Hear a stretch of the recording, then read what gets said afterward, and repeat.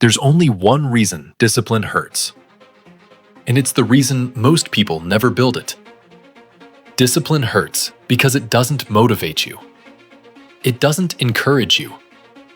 It doesn't care about your mood, your past, or your intentions. It strips you of excuses. Not gradually, immediately. The moment you try to live with discipline, comfort starts screaming. Your habits resist. Your mind looks for loopholes. Your old identity fights to stay alive. Because discipline removes the lies you've been telling yourself. The lie that you work better under pressure. The lie that you're still figuring things out. The lie that you'll lock in when the time is right. Discipline doesn't wait for the right time. It demands action now. And that level of honesty is unbearable for most people. They love the idea of discipline.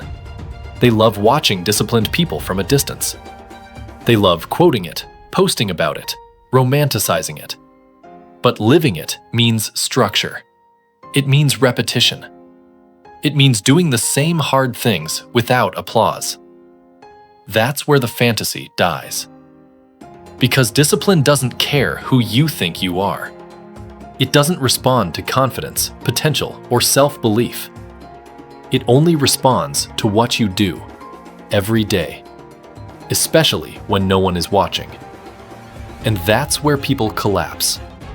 Not because discipline is impossible, not because it's unrealistic, but because it exposes weak systems and fragile egos. And most people would rather stay comfortable than face who they really are. Most people believe discipline is about improvement, about becoming better, more productive, more successful. It's not. Discipline is about exposure. The moment you decide to live with discipline, your life pushes back. Not because something is wrong, but because something has been hiding. Your body resists waking up early. Your mind feels heavier than usual. Small tasks suddenly feel exhausting. Sleep becomes harder. Focus disappears. Emotions spike. And people ask the wrong question. They ask, why is this so hard? Here's the real answer. Because discipline shines a light on everything you've been avoiding. It exposes the lack of structure you've been calling freedom.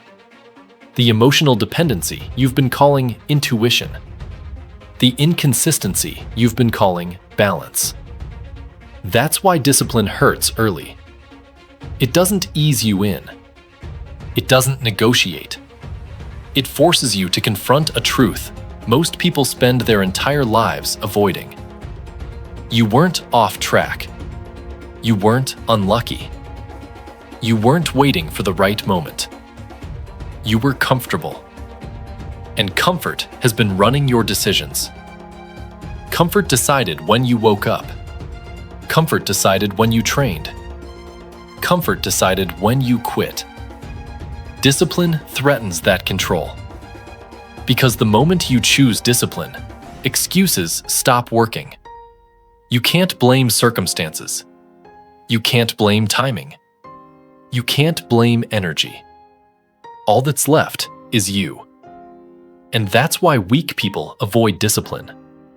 Not because it demands effort, but because it attacks their self-image before it ever touches their schedule. It forces them to admit something painful. They weren't held back. They were undisciplined. And that realization hurts more than effort ever will. Comfort never asks you who you really are. It never questions your choices. It never challenges your habits. It never forces you to look in the mirror. Discipline does. Comfort whispers, "You deserve this." Discipline asks, "Did you earn it?" That question alone is enough to scare most people away. Because comfort doesn't demand proof. It rewards you before the work is done. It lets you feel okay without changing anything. That's why comfort feels safe. Scrolling feels peaceful. Sleeping in feels peaceful. Ignoring hard conversations feels peaceful. But that peace is artificial. It's temporary relief, not real stability. Comfort numbs you just enough to avoid action. Discipline sharpens you just enough to see the truth. And the truth is uncomfortable. Real peace doesn't come from ease. It comes from self-respect. And self-respect is built one hard decision at a time. Waking up when you don't feel like it. Training when no one is watching. Doing the work even when it's boring and thankless. That's where real peace is created. Discipline hurts because it removes your ability to lie to yourself.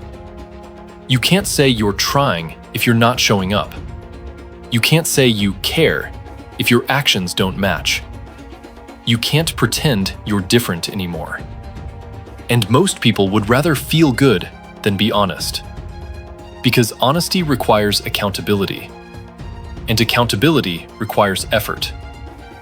Comfort protects the ego. Discipline exposes it. That's why discipline feels threatening. Not because it's dangerous, but because it demands truth. And truth is heavy for weak foundations. Discipline isn't complex. That's the problem. It doesn't require genius. It doesn't require talent. It doesn't require inspiration. It requires repetition. Wake up early. Train regularly. Work daily. Eat clean. Repeat. No drama, no excitement, no rush. And that's where most people break. Because people don't fail from difficulty. They fail from boredom. They want progress without repetition, strength without routine, results without sacrifice. They want intensity without consistency. But discipline is quiet. It's unglamorous. It looks the same every day. And most people can't tolerate that. They need novelty to feel alive. They need chaos to feel engaged. They need emotional spikes to feel productive. Discipline removes all of that. It forces you to sit with the same tasks, the same discomfort, the same effort, day after day. That's why discipline hurts. Not because it's hard, but because it's repetitive. And repetition exposes softness. When there's no chaos to blame, no excitement to hide behind, no crisis to justify inconsistency, you meet yourself exactly as you are. Not who you say you are. Not who you believe you could be. Who you actually are. Weak people avoid discipline because they don't like what they see in that mirror. They'd rather distract themselves with complexity than face the simplicity of effort. Because simple consistency leaves no excuses, only results. Motivation feels good because it flatters you. It makes promises without asking for proof. It tells you you're capable. It tells you you're different. It tells you this time will be the time. Discipline doesn't flatter you. It judges you. Motivation says, you're ready. Discipline says, show me. Motivation rises when your mood is high, when the music hits, when the idea feels exciting. Discipline functions when none of that exists. When you're tired, when you're bored, when you feel nothing at all. That's why weak people chase motivation. Motivation feels productive without requiring consistency. It gives you emotional momentum without demanding repetition. You can feel motivated and still do nothing. You can feel inspired and stay the same. Discipline doesn't allow that. It forces action without emotional permission. That's why discipline feels heavy, because it removes emotional shortcuts. No hype, no adrenaline, no waiting for the right feeling. Once shortcuts are gone, effort becomes unavoidable. And effort exposes the truth. Either you do the work, or you don't. There's no story to hide behind, no emotion to blame, no surge of motivation to wait for. Just standards. And most people aren't afraid of effort. They're afraid of finding out how little they're willing to give without motivation. That's why discipline hurts, because it tells the truth every single day. Let's be honest. Discipline will cost you. Not hypothetically, not eventually. Immediately, it will cost you comfort, ease, instant gratification. It will cost you late nights that go nowhere. Cheap dopamine.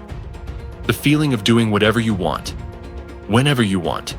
Sometimes it will cost you relationships. Not because discipline makes you heartless, but because not everyone is willing to live at the standard you choose. Discipline will force you to sit alone, to train alone, to work without praise, without recognition, without reassurance. No one claps for consistency. No one celebrates restraint. No one praises the quiet grind. And weak people see that cost and panic. They look at what discipline demands and decide it's too much, too restrictive, too lonely, too hard. But disciplined people see something else. They see the alternative. A life of excuses. A life of half-effort. A life where potential stays theoretical. A life where you know, deep down, you could have been more. That kind of life doesn't explode. It decays, slowly, quietly, comfortably. Discipline hurts, but indiscipline rots you slowly. One steals your comfort now. The other steals your respect forever. And disciplined people understand something weak people don't. Pain is temporary, regret isn't. So they pay the cost up front, because the bill for avoiding discipline always comes later, with interest. There's only one reason discipline hurts, because it forces you to become accountable for your life. And weak people avoid accountability more than pain. They'll tolerate frustration. They'll tolerate stress. They'll tolerate chaos. But responsibility, ownership, that's what they run from. Life will hurt either way. Discipline hurts now. Regret hurts forever. One pain builds you. The other slowly destroys you.